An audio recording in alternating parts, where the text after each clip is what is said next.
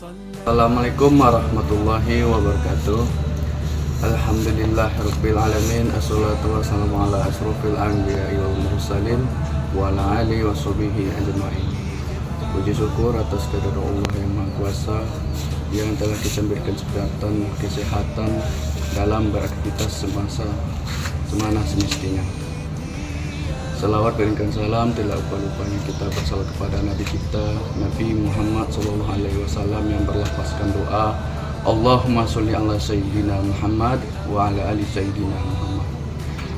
Baiklah teman-teman semua, saya di sini ditugaskan ingin membuat sebuah video itu menyampaikan materi dari buku yang berjudul Keluarga Islam Menyongsong Abad ke-21.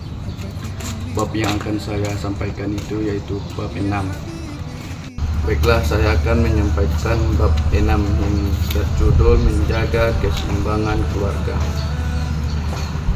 Ada 3 poin yang akan saya sampaikan pada bab 6 ini, yaitu keseimbangan. Yang pertama, keseimbangan suami istri adalah keseimbangan hukum alam. Keseimbangan suami istri adalah keseimbangan hukum alam ini. Dalam semesta ada keteraturan yang telah berbentuk sejak masa terbentuknya alam semesta. Ketentuan-ketentuan yang berlaku di alam semesta dipandang sebagai sunatullah, yaitu kekuasaan Allah Subhanahu wa taala atas alam semesta ini dan tidak akan berubah kecuali atas kehendaknya. Sebagai sunatullah yang berlaku sejak dahulu. Sekali-kali kamu tidak akan menemukan perubahan bagi sunatullah itu. Selain itu, dalam kehidupan di muka bumi ini terdapat tanda-tanda hukum alam atau sunatullah atas makhluk hidup pada tumbuh-tumbuhan, binatang, manusia, benda alam, cuaca, dan sebagainya.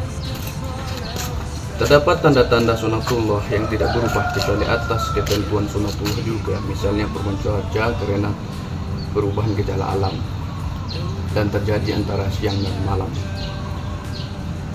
Demikian halnya ketentuan-ketentuan yang telah ditetapkan dalam tubuh pria dan wanita. Bukan hanya bentuk tubuh dan jenisnya yang berbeda, walaupun sebagai manusia mereka sama, terdapat beberapa organ vital yang membedakannya.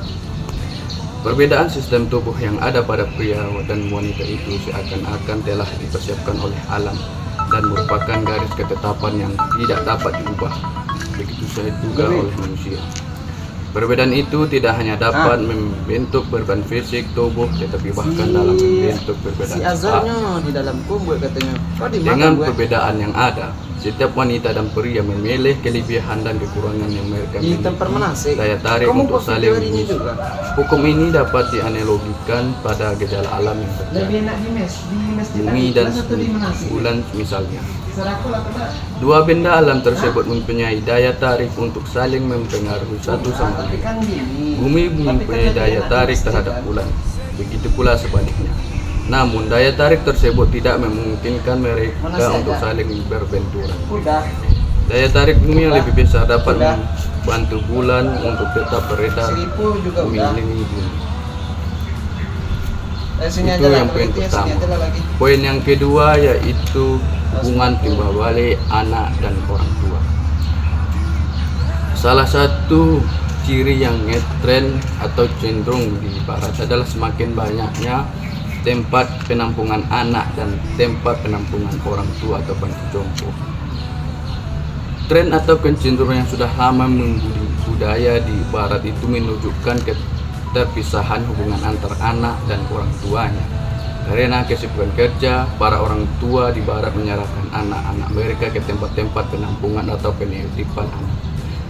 Setelah anak itu dewasa dan dapat mengurus dirinya sendiri, barulah anak-anak itu dibebaskan dan tempat-tempat seperti itu tidak dan dapat hidup seperti mereka. Hal yang sebaliknya juga terjadi setelah anak-anak itu dewasa dan bisa bekerja sendiri, bisa menafkahi dirinya sendiri. Orang tuanya mulai lanjut usia dan tidak dapat mengurusnya sendiri. Si anak mengirimkan orang tuanya ke panti jompo, atau karena perasaan yang tidak enak orang tuanya memilih hidup di panti jompo daripada hidup bersama keluarga.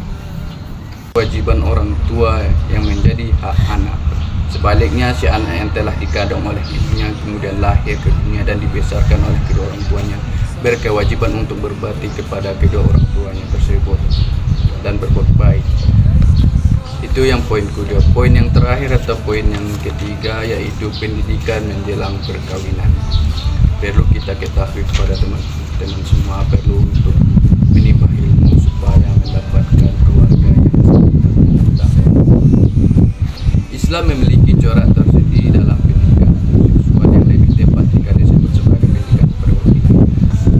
Pada dasarnya yang ingin diketahui dan dipahami oleh seseorang adalah bagaimana dia dapat hidup berbahagia bersama istri atau suaminya. Keingintahuan tersebut juga dimiliki oleh para remaja yang kedewasaannya mulai matang dan harus memupuk kesiapan untuk melangkah ke kehidupan perkawinan. Islam mempunyai pandangan yang berbeda dengan pandangan-pandangan yang lain yang mempersulit perkawinan. Islam memberikan jalan yang termudah bagi seseorang untuk masuk ke dalam lembaga perkawinan. Islam memandang kecemburuan suami terhadap istri, kesetiaan istri terhadap suami sebagai fitrah manusia dalam membina perkawinan, sehingga penyimpangan dari fitrah itu akan menimbulkan bencana bagi sebuah keluarga. Seperti yang terjadi di barat sekarang, ketidakpercayaan mereka terhadap lembaga perkawinan yang lenggeng dan kejenuhan terhadap kebebasan seksual yang telah mengakibatkan bencana seksual yang terbesar yang mengakibatkan bencana AIDS atau HIV yang sangat menguncangkan dunia sejalan dengan era globalisasi. Demikianlah materi yang dapat saya sampaikan, semoga memberikan manfaat kepada teman-teman semua. Jika ada kesalahan atau kesalahpahaman saya mohon maaf. Saya akhiri dengan wassalamualaikum warahmatullahi wabarakatuh.